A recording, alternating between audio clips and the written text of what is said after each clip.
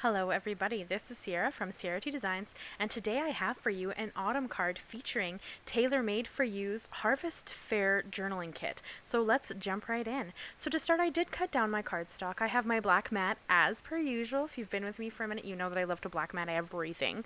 And I have an A2 sized card base. So my black mat is cut down to be 1/8 of an inch smaller than my card base, and I'm going to bring in one of the pattern papers from this kit. Here you can see kind of what I'm planning on using.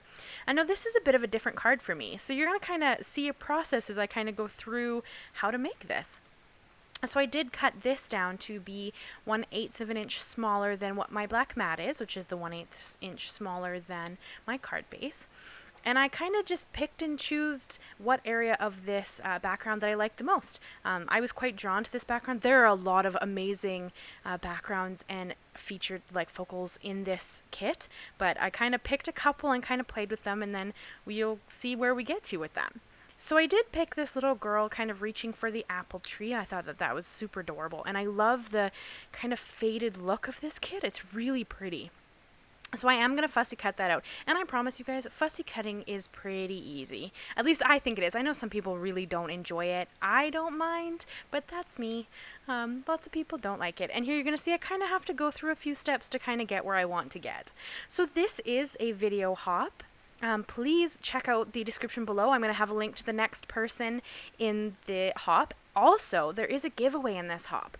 Tailor Made for You is going to have a giveaway, so there will be a link in the description below to enter in that giveaway, so make sure you check that out.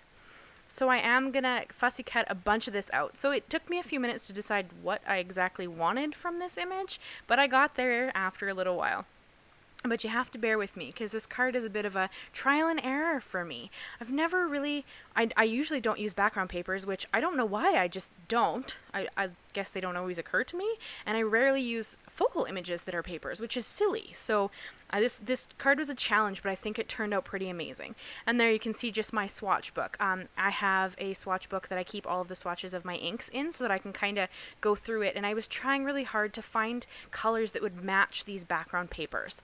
And it took me a minute, to be honest with you, because it's a more of a faded, a more muted color palette, and I generally, if you've watched any of my videos, you know that I love to work in brights, like bright rainbow colors, or bright anything really. I love bright colors, but this was a really fun challenge for me to kind of step out of my comfort zone and do something a bit different. And I got in the 7-inch Make Art Station, which is what you see me here blending on. And I'm loving this little thing to hold down my stencils on my cardstock. It's wonderful. I just think it's so neat to use it, then I didn't have to put tape on my stencil or pixie spray or anything like that. I could just use the magnets that came in it. And it's so small. This is the 7-inch one. So it's so small and it just sits on top of my glass mat perfectly. There is a bigger size one if you needed it for something bigger, but I thought this worked out really well. Scrapbook.com had it for free about a month ago, and I got one in one of my orders, so I was so excited to just try this out. So you can see that I'm also trying that out. And I also have Simon Hurley's Scene Builder stencil here as well. And I'm going to use 2 Oxide inks. I have Bundled Sage, which is what I'm using right now, and then I'm going to bring in some Iced Spruce. And that's going to be the clouds that I create in my background. So yeah, so this is a really neat card. I'd love to know what you think of it when we get a little further here. Just tell me how you think it went. I love to hear from you guys. I love to know what you're thinking. I love to see what you think of the cards that I make and all that. I love to have the interaction between us. So I'd love if you'd leave me a comment and tell me what you think. So I also brought in, this is the MFT Cloud stencil. It is one of my favorite stencils. You could absolutely use the Scene Builder stencil. It has a cloud as well, and it's a phenomenal deal. But I love that this has 4 sides, so I can keep flipping it around to get different looks to my clouds. Whereas the Scene Builder stencil, because it has so many things going on for the scenes, it only has 1 cloud border, and I kind of really wanted to just keep flipping it around and keep blending down as it kind of creates different clouds. And you can also see that I consistently pounce off my blended foam there because I didn't want it to be too strong of a color. Like, I kind of like how it's stronger at the top where we started the clouds, but as we go down the clouds, you're going to see that I get a little bit more faint as we go down, just to take a little bit of the color away. I really want that background to stand out, but I did want some added texture in it. So I do kind of remove a bunch of the color, and then here you can see that I'm just picking up color off of the glass mat to use the color that's just sitting there and to make it lighter as we get further down the stencil. This is really just to add some texture in the background, and I kind of wanted to create a scene without bringing in too many extra elements. I really wanted to challenge myself to use elements out of the kit to create this card and kind of go for different looks than what I would generally do, to try to challenge myself to open up.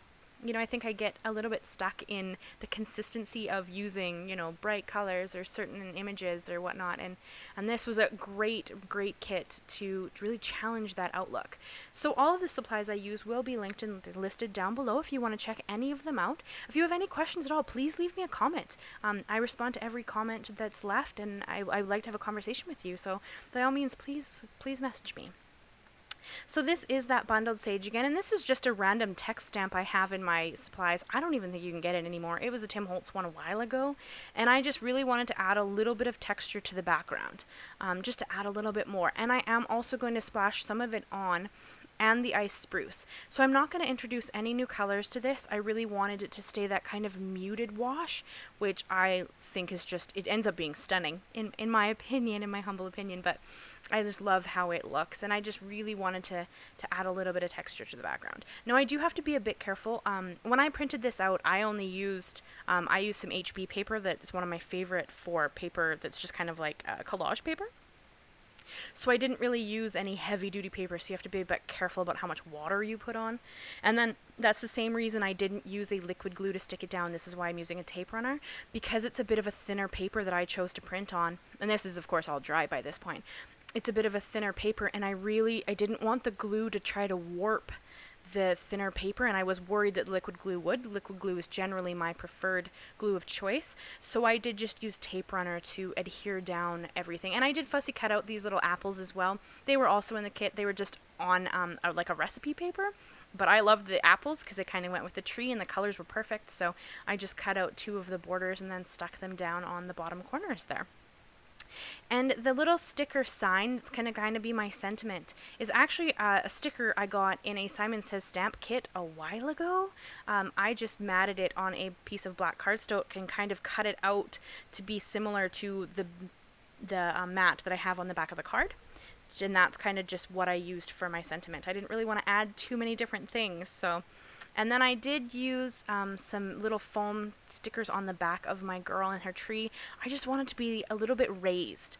So I did bring in some, they're very thin dimensionals though, because I didn't want too much extra added dimension there, but I did want some, just to differentiate her from the background.